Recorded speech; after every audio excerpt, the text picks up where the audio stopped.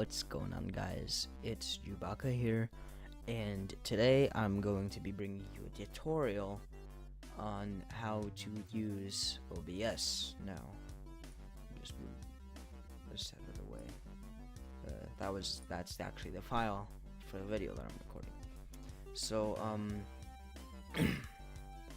I'm gonna go through the basics of how to use OBS, and that is because my friends want to know, and it's kind of hard to explain to them each individually, and also for whoever actually doesn't know how to use it in general. So I'm gonna bring it over from my second monitor, and as you can see, it's infinity screen right now because yeah, that's how it works. It's recording, it's self-recording, it's self-recording, it's self-recording. So I'm using the original version. I'm sorry if you use Studio. Studio is more complicated and is open source. I've always stuck with this one because it's simple, but it has all the features you'll ever need to do anything. Let's start off with okay, so what I recommend you doing first is, before you go ahead and mess around with anything, is you want to go into profiles, and then it'll be a drop down menu, and click new. Then it'll ask you to name it, and name it whatever you want, and click OK, and that'll basically make it so that it's a profile for the settings that you'll mess around with. So I have like 5 different profiles depending on what I need to use, from capturing Chrome down here to capturing any of these. Sorry about that, that kind of messed it up. To capturing any like CSGO, Who's Your Daddy, Warframe, anything like that. I have those under the same profile, and I have it separately for this. I'm using a separate profile, so I can't do it right now because otherwise it would mess some stuff up. So profiles, new, type in the name, okay. From there, we're gonna go into the settings. So here are the settings. You're gonna start off on the general tab. Here you'll choose your language, and then this is where you'll choose what setting profile you want to use. So I have it set on the profile I'm using right now, which is called tutorial, and I use this for any desktop recordings. I just named it tutorial because that's what I'm going to use it for mostly whenever I do desktop recordings. Next we're going to go to skipped on the encoding tab. I'm also going to do an in-depth advanced tutorial sooner or later, but for now I'm just going to explain basically what this is. So if you have an NVIDIA card, a graphics card, you'll have this option, NVIDIA NVENC. That's basically using your graphics card to encode and basically use that as the power source to record the video. For X264, that's gonna use your processor, and for QuickSync, it's gonna use I think it's gonna use a different type, like a different sort of section, I guess you could call it, quotation mark, section of your processor. They're different, but normally you'd want to stick with X264. And also change the QuickSync will make it a different file type, which you do not want, because X264 supports all, and sometimes not everything supports QuickSync. Then there's the audio, that's the video encoding. Then there's the audio encoding, encoding. So the codec is basically what type of file it'll save it as. I have it set to AAC because my microphone will not work on the other option, which is MP4, because my audio interface is weird. These two you won't want to mess around with on, or this and this you won't want to mess around with if you're a beginner. And the channel is just saying if you want it to come out of one ear or both ears. And if it's by that I mean, like, my microphone is, or I have the audio interface that's the Scarlett 2i2, and it has two different plugs, one for the left ear and one for the left mono channel, one for the right mono channel. So I have actually an XLR splitter, and I'll go into this in depth in the other one, but basically it makes it so that the one ear will automatically go to both ears, but there's a setting for that if we go down to audio, where when you select your microphone, I'll get into that after. Next is the broadcast settings. There's two different modes. There's file output mode only and live stream. So file output only is if you want a local recording, which is what I'm doing right now, and live stream is if you want to do it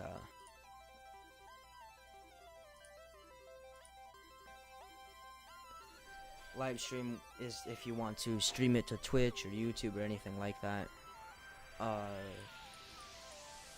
And you have an option to automatically save stream to file in case you want to upload it to YouTube as well as a file. Okay. Now, okay, let's make sure everything's good there. Alright. Now, here's the video settings.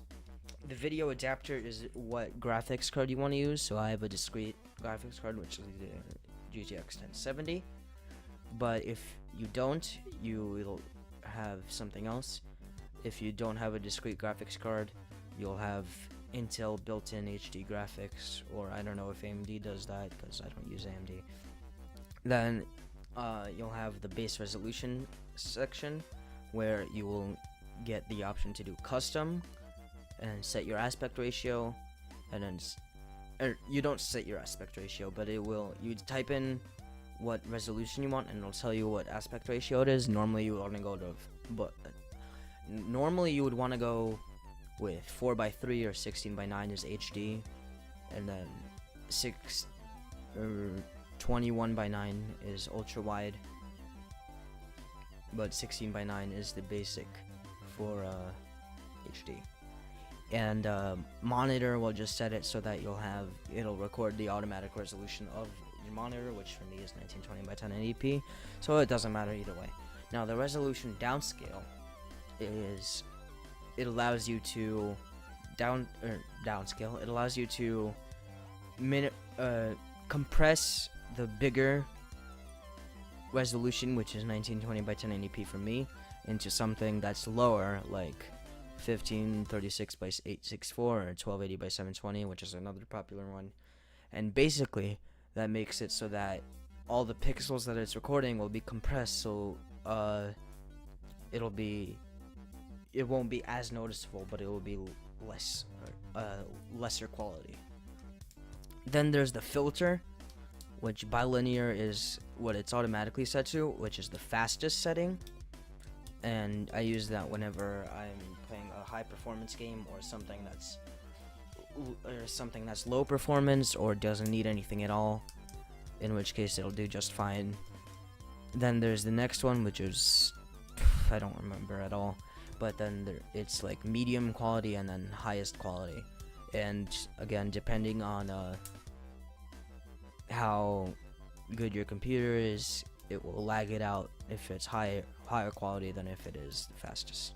FPS, it's how many frames per second, so I have it set to 60 because I can easily do that on the desktop. It requires nothing.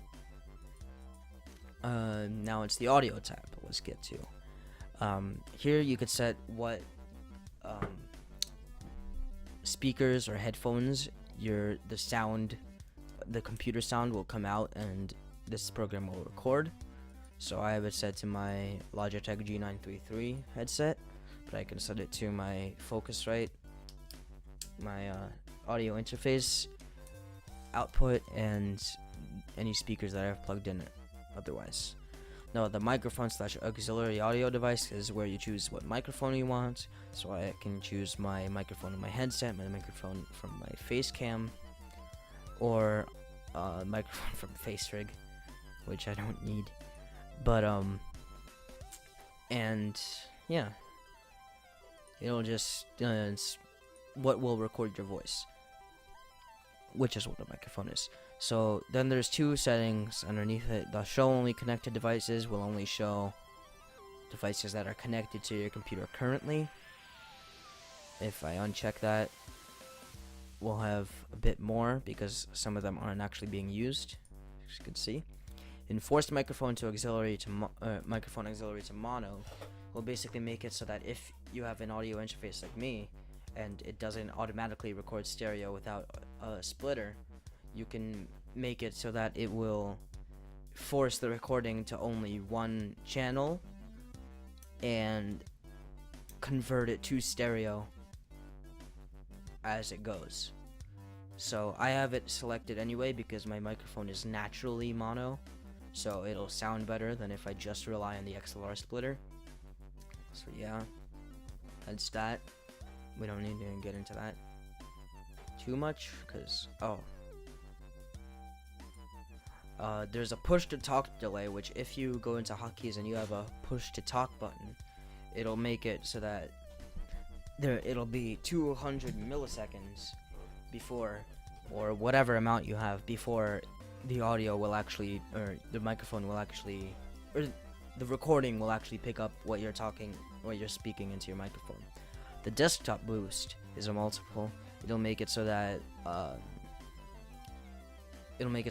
whatever is coming out of your desktop audio device is louder by like one. If it's 1 times louder, then it's the same amount. If it's 2 times louder, then it'll be 2 times louder. 3 times. If you put 3, it'll be 3 times louder. Same thing here. Mic aux boost. It's your mic / aux boost. It's a multiple, so 1 is the same, 2 is 2 times, 3 is 3 times. And mic sync offset is if you are recording with your face cam and you want the audio to sync up, and if it doesn't do that automatically, you can set it to how many milliseconds until you get the right image, which I don't really use this because you could always do that in editing. Okay, let's move on to hotkeys. I have 0 hotkeys set up in this profile because I don't normally use hotkeys because I wait about 30 seconds before I actually start talking in my recording for audio reasons.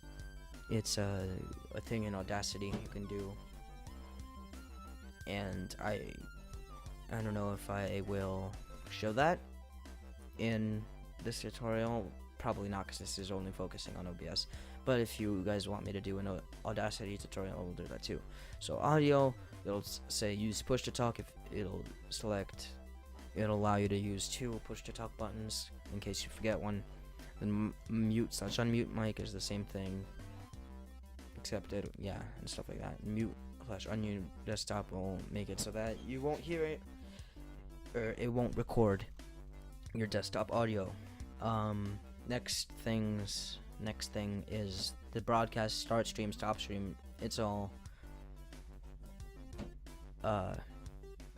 basics, or it's all like common sense. Start stream, stops, or starts the stream, stop stream, you know what that does. Start recording, you know what that does.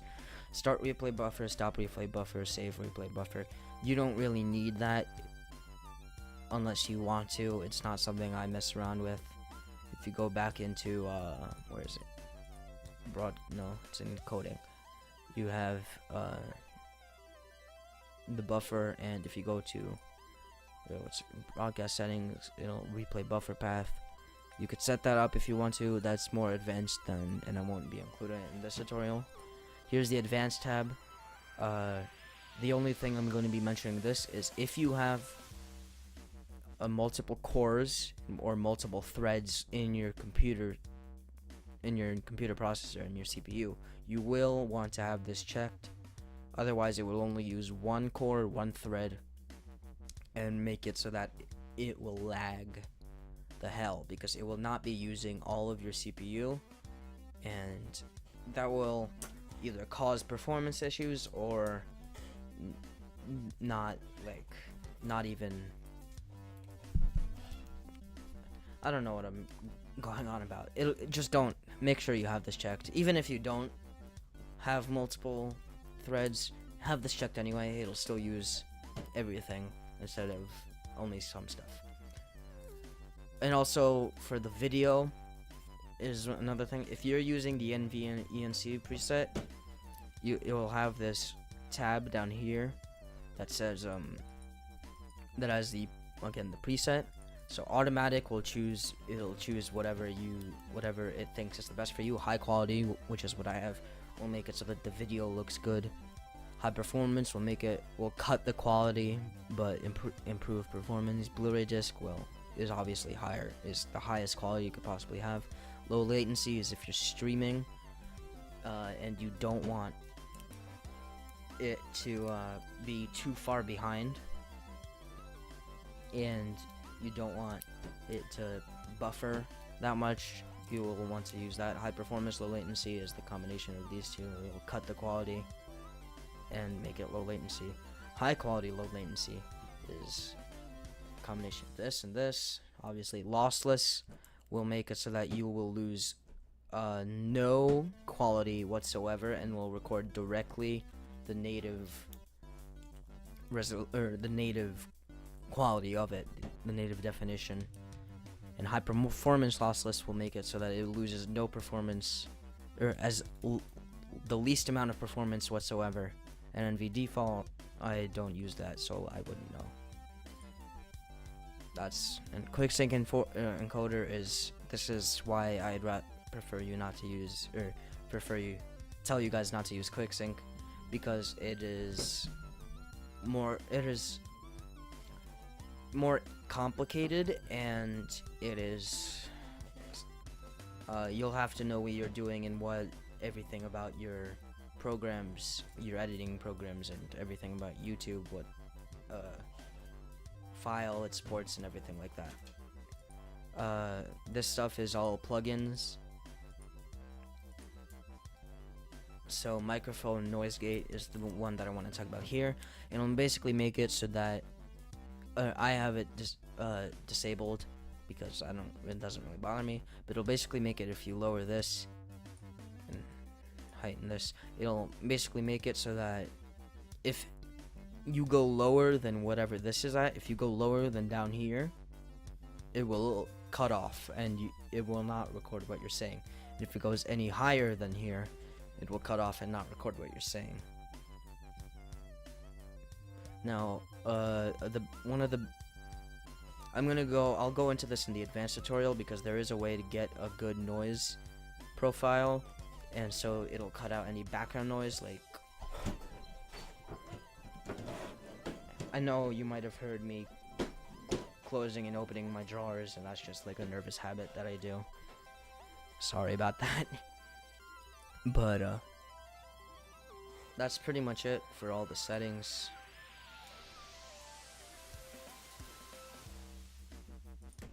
What?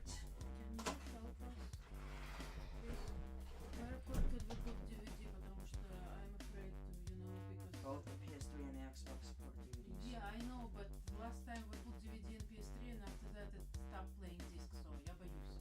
So put it in the Xbox. Xbox? Okay.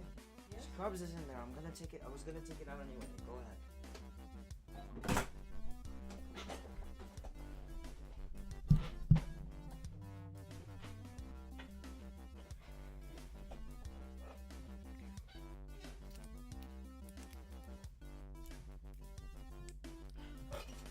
Alright, I'm back. Sorry about that.